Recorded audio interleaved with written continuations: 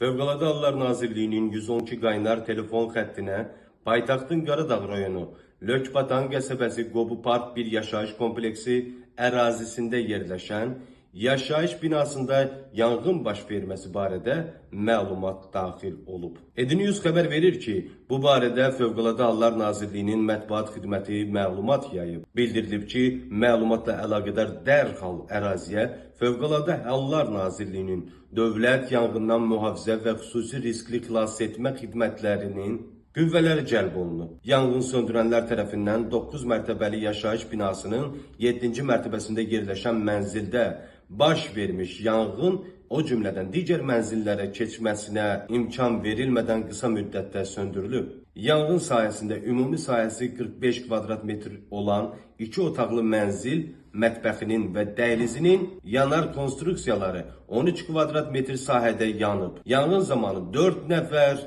həyatını itirib. Təhlükəsizlik tədbirləri çərçivəsində bina sakinləri təxliyə edilib.